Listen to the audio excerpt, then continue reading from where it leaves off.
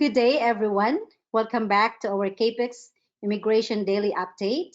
Again, my name is Lisa De Leon, and I am joined by my co-host Alessandra, who will do CAPIC Bulletin Immigration Canada in French. Alexandra, take it away. Hey, Lisa, how are you today? I'm good, Alessandra, and you? I'm very well, thank you. So I'll switch into French now for my French speaker colleagues.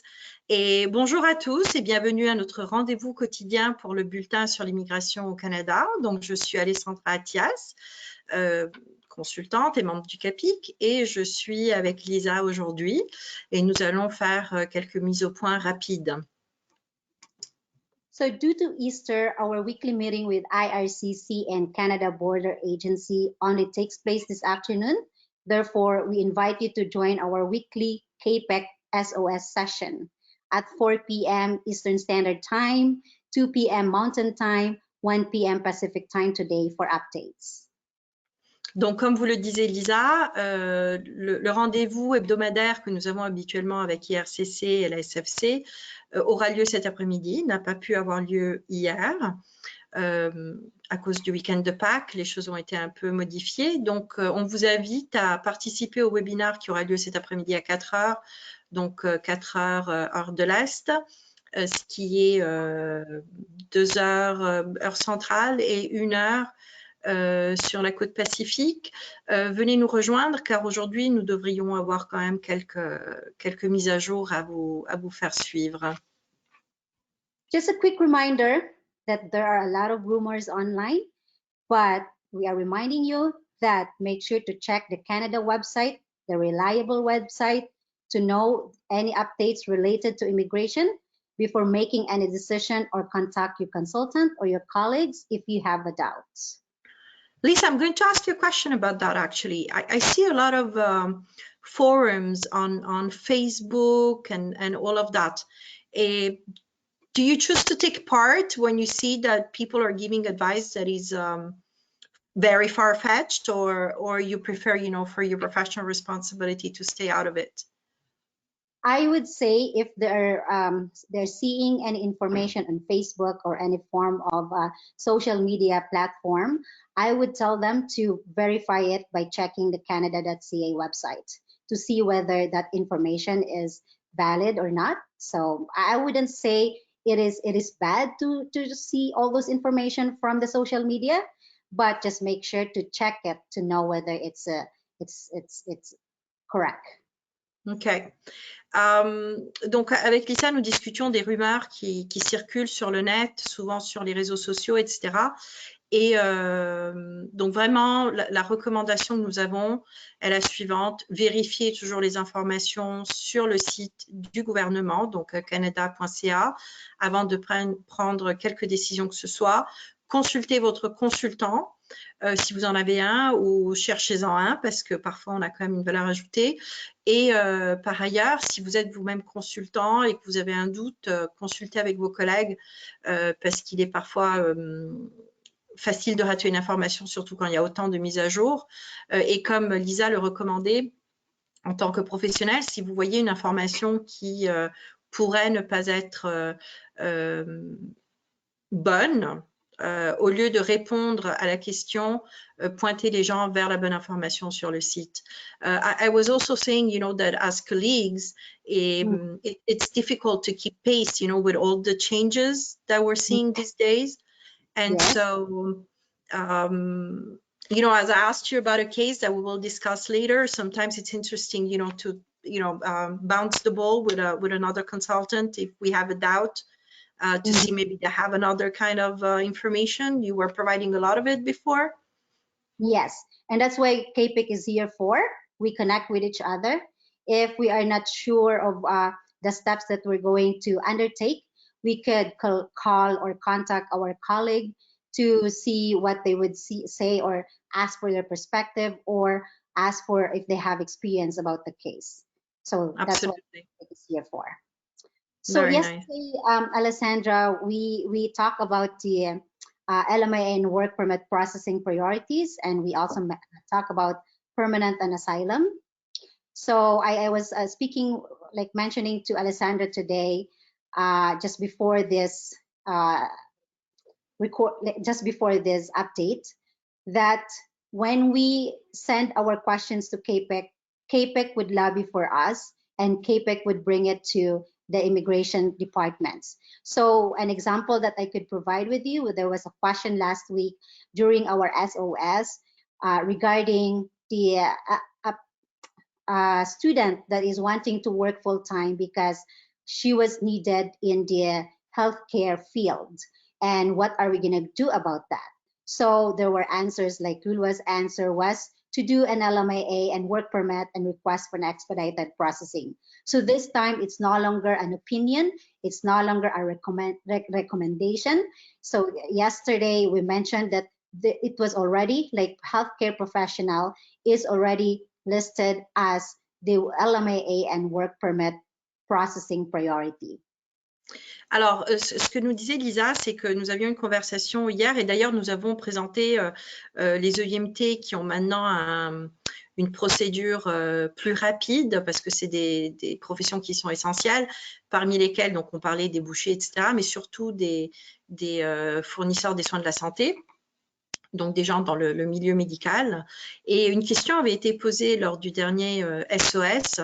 Qu'est-ce qu'on fait lorsqu'un étudiant qui travaille dans ce domaine, lorsque son employé lui dit « Écoute, vu que tu n'es pas aux études, peux-tu travailler à temps plein ?» Et donc, en discutant comme ça entre professionnels et entre collègues, ils avaient déterminé que vraiment la meilleure façon d'approcher ce problème aurait été de faire une nouvelle demande de UMT. Donc, pas une nouvelle demande, une demande de UMT. Qui serait traité rapidement parce qu'il s'agit justement d'un métier dans le domaine de la santé. Et donc, ça a été confirmé avec ce dont nous avons discuté hier. C'était vraiment la bonne solution. Donc, voilà à quoi servent un peu ces conversations entre professionnels, et surtout car CAPIC, par son rôle de lobby, a la possibilité de s'adresser directement donc au gouvernement et de faire avancer les choses, parce que nous leur ramenons un peu la réalité de ce qui se passe vraiment in the field, comme on dit en anglais, hein, de ce qui se passe vraiment dans la vie réelle. Voilà. Lisa, have you seen the... Sorry. Yes, go ahead, Alessandra. Have you seen the government fees? Yes, for the government fees, you may have heard about the increase in the government fees. So yes, it's going to take effect by the end of this month. So if you want to pay the old fees, make sure that you submit the application, or you submit the application on or before April 30th. Absolutely, I agree with you, because even if it gets there on May 1st, they will be charged the new fees, right? Right, so your application might be returned. And if it's not a COVID-related reason, then they may have to reject your application and you will have to do it again. So make sure you pay the correct fees. Exactly. Alors, je ne sais pas si tout le monde est informé, mais à partir de la fin de ce mois, donc à partir de fin avril, les frais du gouvernement augmentent. Certains, pas mal même, environ 50%. Donc, c'est très important, si vous avez des demandes papier que vous devez envoyer, de les envoyer le plus rapidement possible afin que le gouvernement les reçoive avant le 30 avril. Parce que, comme le disait très justement Lisa, si le manque de paiement... D'ailleurs, let me ask you a question, but from what we saw yesterday, while we can send in applications that are incomplete, we cannot send applications without the proper fees. So, yeah, so they wouldn't just ask you. You can pay the fees online, right? So there should be no reason that you can make mistakes out of paying the incorrect fees. Exactly. Right? Donc, assurez-vous vraiment, si vous voulez payer les frais qui sont en vigueur aujourd'hui, actuellement, de faire en sorte que vos demandes arrivent avant le 30 avril, parce que sinon, les demandes seront retournées. Il y a une certaine tolérance pour des dossiers qui sont incomplets, oui, mais pas sur les frais. Yes.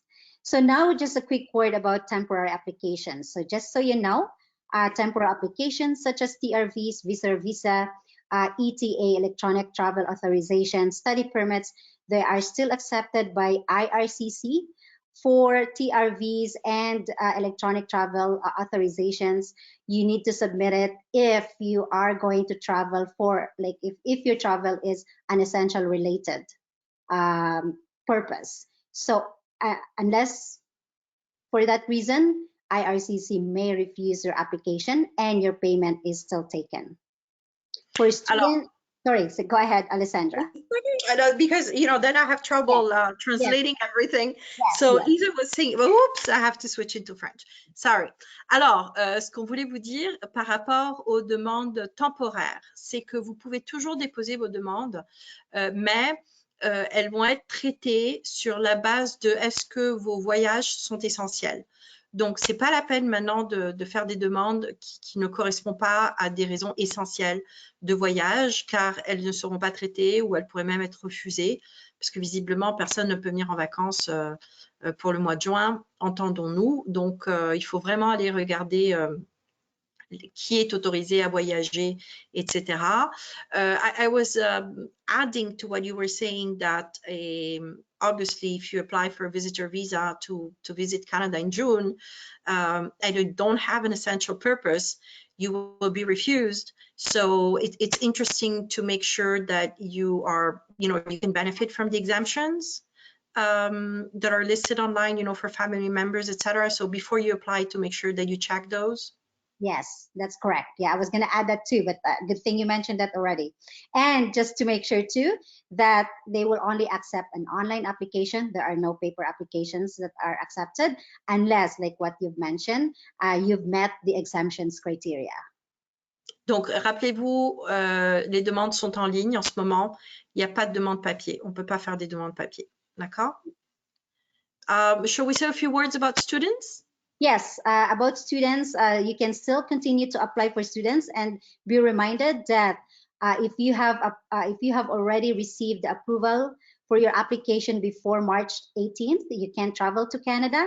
And if you receive approvals after March 18th, you need to wait for an instruction from IRCC on when you can travel. And Donc, sorry, I'm gonna add just this quickly, and you have 90 days instead of 30 days to submit the biometrics, because I know some VAC are closed, and so IRCC is providing an extension to submit your biometrics and medicals. Actually, I do have a few people in these circumstances that, we had submitted their student application right before they closed the VACs. And one of my clients wasn't very happy with me, but I couldn't have, foreseen that it would have closed those. So I reassured her by saying, it's not 30 days, it's 90, so we will figure it out. And obviously, I'm assuming that if the facts will be closed for longer, they will extend that period as well, because otherwise it doesn't make sense, right? That's right. But make sure to submit a request for an extension through the case-specific inquiry system or the web form. Right. It's a very good point. Alors, en français, vous pouvez toujours déposer vos demandes de permis d'études. Les étudiants qui avaient reçu une réponse avant le 18 mars peuvent déjà se rendre au Canada. Pour les autres, les demandes peuvent être déposées. Il y a 90 jours pour soumettre vos frais pas vos frais, mais vos empreintes digitales pour faire votre biométrie, sachant que les bureaux des visas sont actuellement fermés. Et je mentionnais donc à Lisa que justement, j'avais eu un cas où j'avais déposer la demande avant qu'ils ne ferment les VAC, et puis tout d'un coup, ils ont fermé les bureaux de visa, et j'étais très embêtée parce que ma cliente n'était pas contente du tout, que je peux comprendre parce que ça fait perdre pas mal de temps. Mais ceci étant dit, je vais bien expliquer que sa fille aurait la mère de la cliente, que sa fille aurait 90 jours pour pouvoir effectivement faire sa biométrie. Et comme le disait Lisa, c'est intéressant, si on se rend compte que pour une raison quelle qu'elle soit, les bureaux des visas ne rouvrent pas, etc., de juste faire un web form pour informer qu'on est toujours dans la capacité de soumettre nos biométries pour obtenir cette prolongation de temps. Lisa, when we spoke earlier today, I had mentioned the case, and I'm sure other people, other consultants, or people that are listening to us and may not be consultant may have this issue. One of my clients, she's currently in Quebec on a working holiday permit that will be expiring in March, and because of COVID-19, she won't be able to travel back to her home country. She's Italian, for two reasons. One, first and obvious, no one's is traveling right now, and second, her sister is ill, and so she can't really go home. She's afraid, to bring the illness back home, and so she's very concerned about that. And on the other hand, she also cannot afford to stay here without having work. So it's a bit of a catch-22, because the working holiday permit, especially for Italians, is not renewable. So we were talking about that, and you suggested a very interesting option. Would you like to share with me? Yeah. So that question is related to to the question that was raised last week during the SOS. So there were like different opinions and different recommendations. One would do the C10, like Celine has mentioned, she would do it through C10. Jajit mentioned about looking at the regulation for the Canadian interests. And Lulua mentioned about the LMIA and the work permits, and that is like highly recommended to do it that way. And if that work is considered an essential, so do the LMIA work permit and request for an urgent processing. But you've mentioned that it's a technical support occupation, right? So for now, it's not yet listed as one of the priority processing. But I still would consider it is an essential work, because IT people, IT support right now are needed, especially that a lot of people are working from home, and that maintenance support should still be considered as an essential job. In that case, if those three options would not be available, like I've mentioned, I always like to do TRP when there are no other options, because TRP would give you that flexibility, and you have to make submissions that there is a compelling reason for that case to be considered. So going home with a sick or ill sister back home is really gonna pose a serious concern, right? You don't want to get that sickness, and we know Italy is the epicenter, epicountry now of the sickness, right? Exactly. So there is a reason. Plus, she is needed at work to provide that, to continue to provide that IT support. So I would try those four options, and three options first, and if three options are not readily available for her, then do the TRP, and that would give her the provision to stay in Canada on an implied status until the situation becomes better. Right. That's probably that's what I had advised her as well. But I'm glad that you were able to confirm that for me. I will just say it in French, and then I think we can wrap up after that. Yeah, and just so to add, we're only making recommendations, so it is up to you to like take it or not, but you cannot come back to us and blame us if you are No blame. No blame. I mean, I'm just reminding the viewers, so these are, because these are not laid out in the regulations, right, for that specific situation. So yeah. Alors, j'ai partagé avec Lisa le cas d'une de mes clientes qui est au Québec actuellement avec un permis de travail working holiday, donc vacances-travail, un permis vacances-travail, et qui va bientôt prendre fin. Cette jeune femme est originaire d'Italie. Sa sœur est malade à la maison, enfin pas du Covid, mais justement, ce serait un risque. Le retour de ma cliente représenterait un risque pour elle de rentrer. Et donc, on voudrait la garder ici le temps que cette crise prenne fin. Et évidemment, elle n'a pas les moyens de ne pas travailler en étant ici. Ça poserait vraiment des problèmes pour sa famille. Donc, on en discutait avec Lisa de voir quelles étaient les options, et elle pensait à un permis de travail peut-être avec une exemption C10, si on arrive à démontrer que, vu qu'elle travaille en support technique, que c'est un travail essentiel, qu'il y a un intérêt canadien à continuer à ce qu'elle continue à travailler, même si c'est pour une période réduite, d'une part. D'autre part, elle pensait à un EIMT suivi par un permis de travail, mais les travailleurs en support technique ne sont pas sur la liste des métiers essentiels, donc ce serait beaucoup trop long. Donc, on a pensé à faire une demande de permis de travail pour les personnes qui ont des conditions particulières et qu'on peut d'ailleurs justifier. Dans ce cas, c'est parfaitement justifiable qu'elle ne puisse pas partir et qu'elle ait aussi besoin de continuer à travailler pour subvenir à ses propres besoins. Voilà. Donc, le mot de la fin. Déjà, on vous salue, on vous remercie de nous avoir écoutés. On vous rappelle qu'il y a le SOS CAPIC aujourd'hui à 4 heures, heure de l'Est. Et vraiment participer parce que on fait vraiment de beaux efforts pour aller chercher l'information, pour avoir une belle collaboration avec le gouvernement et ça vaut vraiment la peine de venir écouter les informations qui sont fraîches. So Lisa, I was reminding people to join us this afternoon at 4 p.m. I'll be there, not as a speaker, but as a participant. Yes. And I'm sure they will give us a lot of information, but please go ahead and we'll close up.